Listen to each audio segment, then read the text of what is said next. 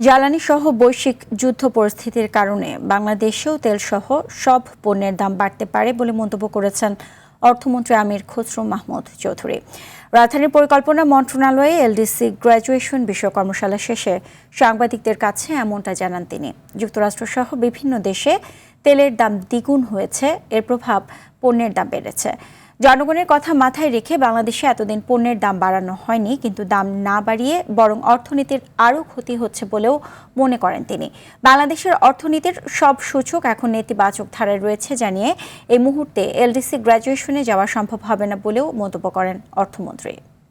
যে যুদ্ধ চলছে এটার ইম্প্যাক্ট অনেক বড়, এবং এটা বাংলাদেশের তহবিল, সরকারি তহবিলকে এটা থেকে রক্তক্ষরণ হচ্ছে, এক কথায় বলতে গেলে রক্তক্ষরণ হচ্ছে।